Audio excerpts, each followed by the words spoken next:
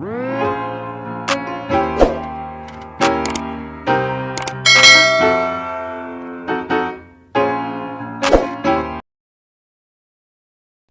30.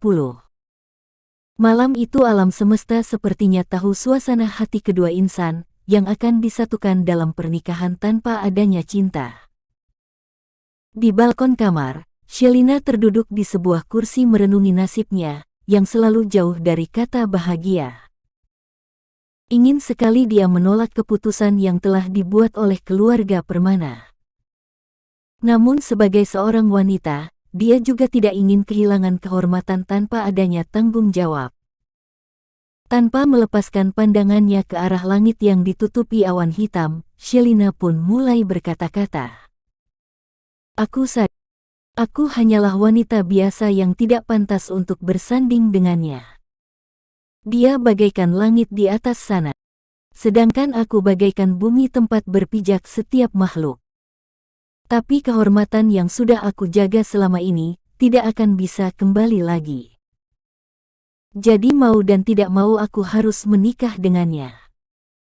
Karena dia adalah orang yang telah merenggut kesucianku. Di saat hatinya ingin menolak pernikahan tanpa adanya dasar cinta, hatinya malah menuntut untuk memperjuangkan harga dirinya yang telah ternoda. Akhirnya dengan terpaksa Shelina pun bertekad untuk menerima kenyataan menjadi istri yang tidak diinginkan. Di saat Shelina telah pasrah dengan keadaan, Alfa malah sedang merenungi nasibnya, sambil meminum beberapa botol anggur di tepian pantai seorang diri. Mengapa jalan hidup gue jadi seperti ini? Saya harus terikat dengan seorang wanita yang sama sekali tidak saya inginkan. Keputusan ini benar-benar tidak adil bagi saya. Saya telah menjadi korban kemunafikan wanita itu. Alfa berkata-kata sambil memandang deburan ombak di tepian pantai. Alfa sama sekali tidak berdaya melawan kehendak keluarganya. Walau rencana pernikahan itu bagaikan musibah besar baginya, namun dia tetap harus menerimanya. Untuk menghilangkan beban yang sedang dia pikirkan saat itu, Alfa memilih untuk menghabiskan beberapa botol anggur yang dia bawa dari rumah, sambil menikmati suasana pantai yang begitu sepi di malam itu. Tepat pukul 2.30 dini hari, Shelina terbangun karena merasa haus. Dengan raut wajah yang terlihat menahan kantuk, dia pun keluar dari kamar menuju lantai bawah hendak ke dapur untuk mengambil segelas air. Tapi setelah dia berada di lantai bawah, tiba-tiba dia mendengar ada ketukan pintu yang diiringi suara seseorang. Dengan seketika Shelina langsung terdiam sambil bertanya-tanya di dalam hatinya, dengan tampang yang sudah mulai ketakutan. Siapa yang mengetuk pintu di jam seperti ini? Apa itu orang jahat? Sebaiknya aku segera beritahu orang di dalam rumah ini. Shelina yang sudah semakin panik dengan suara ketukan pintu yang semakin kencang, segera berbalik dan hendak melangkah menuju kamar para pembantu yang terletak di bagian belakang. Tapi belum sempat dia menggerakkan kakinya, terdengar suara Alfa yang tidak terlalu jelas meminta untuk dibukakan pintu. Siapa di dalam? Tolong buka pintunya. Suara Alfa yang terdengar begitu parau. Itu kan suara Mas Alfa. Dari mana dia di jam seperti ini? Ujar Shelina dan segera melangkah menuju pintu yang diketuk sejak tadi oleh Alfa. Mas Alfa, teriak Shelina setelah melihat keadaan Alfa, yang sedang bersandar di dinding dengan mata yang terlihat begitu merah. Kamu kenapa Mas? Tanya Shelina sambil meraih lengan Alfa. Lepaskan saya. Saya tidak sudi disentuh sama wanita pembohong seperti kamu. Ujar Alfa sambil mendorong tangan Shelina kasar. Dengan sempoyongan karena pengaruh minuman yang tadi dia minum, Alfa melangkah meninggalkan Shelina yang hanya terdiam sambil menatapnya, dengan ekspresi wajah yang terlihat sedih. Shelina merasa sangat buruk di hadapan Alfa, yang selalu menyebutnya sebagai wanita pembohong. Tapi dia tetap berusaha membantu Alfa di saat Alfa hampir saja terjatuh. Hati-hati Mas, Suara Shelina yang dengan cepat menahan lengan Alfa. "Lepaskan saya," ujar Alfa tanpa menatap Shelina. "Tapi nanti kamu jatuh, Mas," jawab Shelina dengan penuh perhatian. "Lepaskan saya," teriak Alfa yang membuat Shelina kaget dan langsung melepaskan tangannya dari lengan Alfa. "Lebih baik saya jatuh daripada harus dibantu sama wanita ular sepertimu," tambah Alfa dan langsung melangkah pergi meninggalkan Shelina yang hanya terdiam tanpa ekspresi. Kebencian Alfa terhadap Shelina sudah menguasai hati dan pikirannya. Sedikitpun tidak ada rasa kasihan terhadap Shelina di saat dia mengeluarkan kata-kata yang begitu menyakitkan. Sedangkan Shelina yang tidak berdaya, hanya bisa pasrah menerima segala perlakuan Alfa tanpa bisa melakukan apa-apa. Sambil melangkah menuju dapur, Shelina pun mulai bergumam di dalam hatinya. "Seandainya aku tahu Ibu Lili ada di mana, sudah aku tinggalkan rumah ini. Di mana aku harus mencarinya? Panti asuhan yang menjadi harapan satu-satunya untuk aku bertemu Ibu Lili, kini sudah tidak ada. Dan tidak ada seorang pun yang mengetahui keberadaan Ibu Lili sekarang." Upaya Shelina untuk mencari Ibu Lili tidak membuahkan hasil apapun. Padahal dia sudah dibantu anak buahnya Faris. Ibu Lili menghilang bagaikan ditelan bumi tanpa ada jejak. Dan karena itu sehingga Shelina terpaksa harus tetap bertahan di dalam keluarga Permana.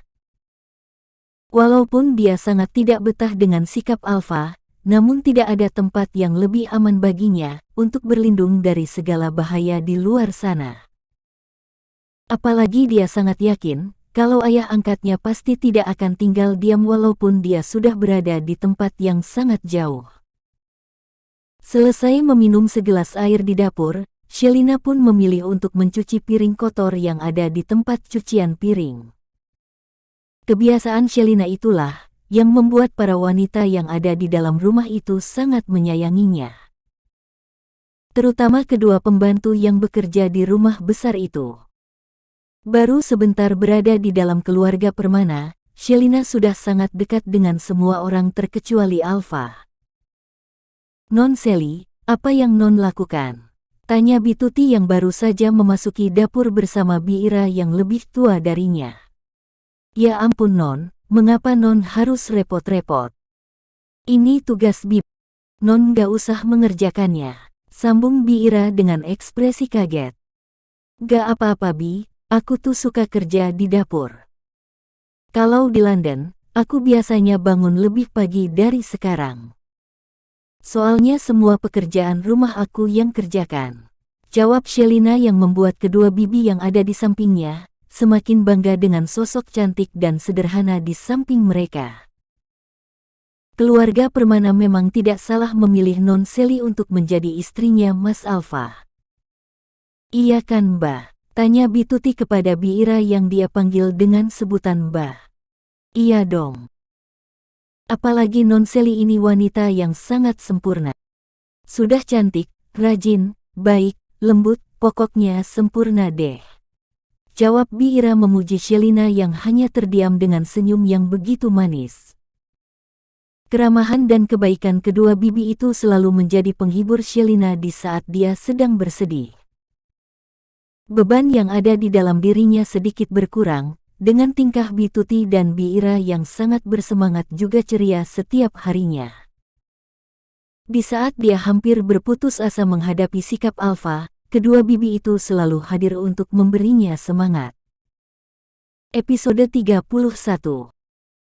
Tepat pukul 7.30 pagi, Faris bersama keluarga kecilnya sudah berada di meja makan untuk sarapan termasuk Alfa. Mereka terlihat begitu bersemangat melihat beberapa menu yang ada di atas meja. Melihat sarapan yang begitu berbeda dari hari-hari biasanya, Aleta yang baru saja bergabung dengan suami juga putranya di meja makan langsung bertanya, "Bi, kok menu hari ini beda banget? Siapa yang masak makanan luar seperti ini?" tanya Aleta sambil menatap Bituti dan Biira secara bergantian. "Yang pastinya bukan aku atau Mbak Ira Bu. Kita kan orang desa, mana tahu menu luar seperti ini. Jawab Bitut. Terus siapa yang membuatnya? Sambung Faris sambil mencicipi sarapan yang terlihat begitu lezat. Kalau bisa setiap hari bikin sarapan seperti ini saja Bi. Sambung Alfa yang terlihat begitu lahap menyantap sarapannya. Kalau Mas Alfa suka, minta saja setiap hari sama calon istrinya. Ujar Bituti sambil tersenyum. Oh, jadi ini Shelina yang buat. Pintar sekali dia memasak. Ujar Aleta yang membuat Alfa langsung tersedia. Uhuk. Kamu kenapa sayang? Ayo minum, tanya Aleta sambil buru-buru memberikan segelas air kepada putranya. Alfa yang begitu kaget karena mengetahui Shelina yang telah membuat sarapan langsung tersedak. Sambil meminum segelas air putih yang diberikan mamanya, Alfa pun mulai bergumam di dalam hatinya. Kalau tahu dia yang masak, gue tidak akan memakannya. Makanya, kamu kalau makan tuh hati-hati. Ujar Aleta sambil melirik Alfa. Mungkin Mas Alfa terlalu menyukai menu hari ini Bu. Sampai-sampai Mas Alfa tidak berhati-hati. Sambung Bituti yang tidak pernah bisa untuk diam. Saya duluan ya Ma. Ujar Alfa tanpa menghiraukan kata-kata Bituti. Loh kok dulu? Kamu kan belum selesai sarapan. Tanya Aleta sambil menatap Alfa yang sudah berdiri dari meja makan. Saya sudah kenyang Ma. Jawab Alfa dan langsung melangkah pergi. Pa, Alfa kenapa begitu sih? Mama tahu pasti dia masih ingin makan. Tapi setelah tahu Shelina yang membuatnya, dia langsung berhenti makan. Tanya Aleta kepada suaminya. Biarin saja. Dia itu hanya tidak percaya kalau Shelina adalah wanita itu. Jawab Faris yang sudah selesai sarapan. Tapi Pa, kalau dia tetap seperti itu, kasihan juga Shelina kalau mereka sudah menikah dan tinggal sendiri. Tambah Aleta dengan tampang penuh kekhawatiran. Tidak usah pikirkan itu. Yang penting dia mau bertanggung jawab menikahi Shelina. Papa yakin, dia tidak akan bertindak kasar walaupun dia tidak menyukai Shelina. Ujar Faris. Apa Papa yakin dia tidak akan berbuat kasar terhadap Shelina? Mereka kan akan tinggal terpisah dari kita. Tambah Aleta. Dia itu putra kita. Kita tidak pernah mengajari dia untuk berbuat kasar dengan wanita. Apalagi wanita sebaik Shelina. Papa yakin Shelina bisa merubah sikapnya itu. Jawab Faris. Semoga saja seperti itu Pa. Mama kasihan sama Shelina kalau harus tinggal terpisah dengan kita setelah sudah menikah nanti. Ujar Aleta. Justru kita tuh harus biarkan mereka tinggal sendiri. Biar mereka bisa saling dekat. Tambah Faris yang membuat Aleta langsung tersenyum. Benar juga apa kata Papa. Ujar Aleta yang mulai mengerti tujuan suaminya. Ya sudah. Kalau gitu Papa pergi dulu ya. Ujar Faris sambil mengecup kening Aleta. Kemudian pergi meninggalkan dapur.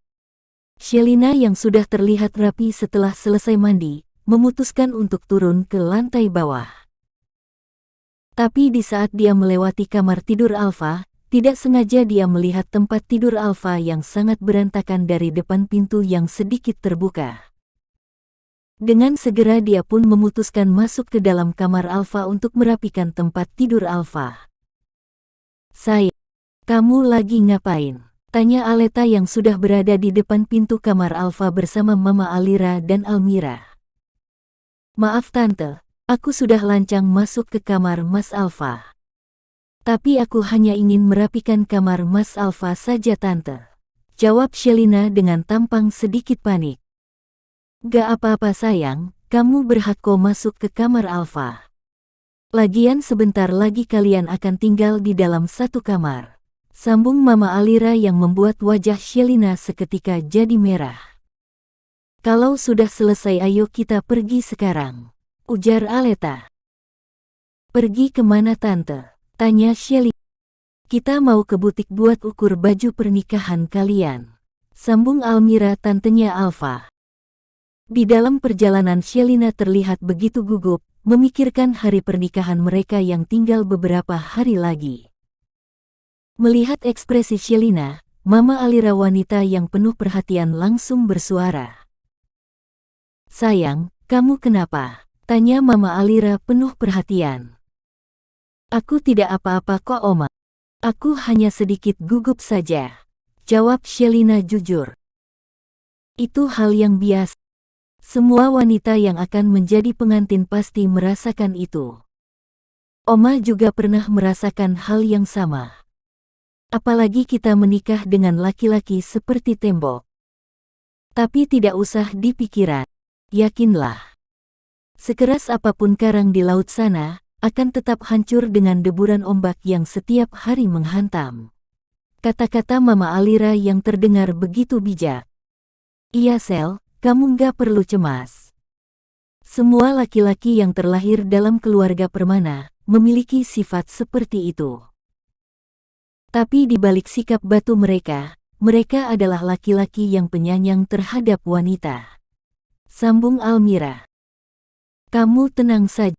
Ada tante yang akan selalu menjaga kamu. Alfa tidak akan bisa macam-macam sama kamu," sambung Aleta. Dukungan ketiga wanita itu benar-benar memberi semangat besar untuk Shelina yang akan bersanding dengan Alfa Permana dalam hitungan hari. Dan di tengah-tengah percakapan mereka, tiba-tiba Mama Alira teringat dengan anggota keluarganya yang berada jauh dari mereka. "Al, apa kamu sudah menghubungi Melda dan Farah?" tanya Mama Alira. "Sudah kok. Mereka akan tiba di sini sebelum kita berangkat ke Bandung," jawab Aleta. Kenzo juga sudah dikabari. Dia akan minta izin untuk pulang," sambung Almi. Mendengar percakapan ketiga wanita yang ada di sampingnya, yang sedang membahas orang-orang yang dia sendiri tidak tahu siapa, Shelina hanya terdiam sambil menatap mereka. Ingin sekali Shelina bertanya mengenai orang-orang yang sedang dibicarakan Mama Alira, Aleta, juga Almira.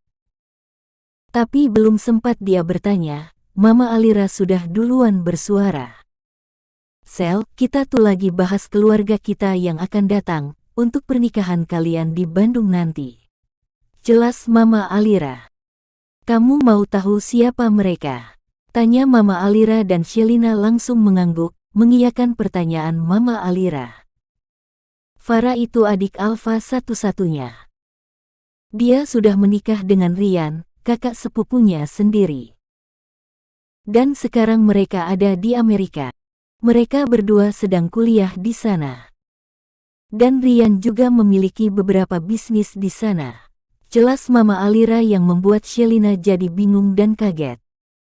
"Oma, apa Rian itu putra Tante Almira?" tanya Shelly. "Bukan sayang, putra Tante Almira bernama Kenzo. Dia juga kuliah di luar negeri.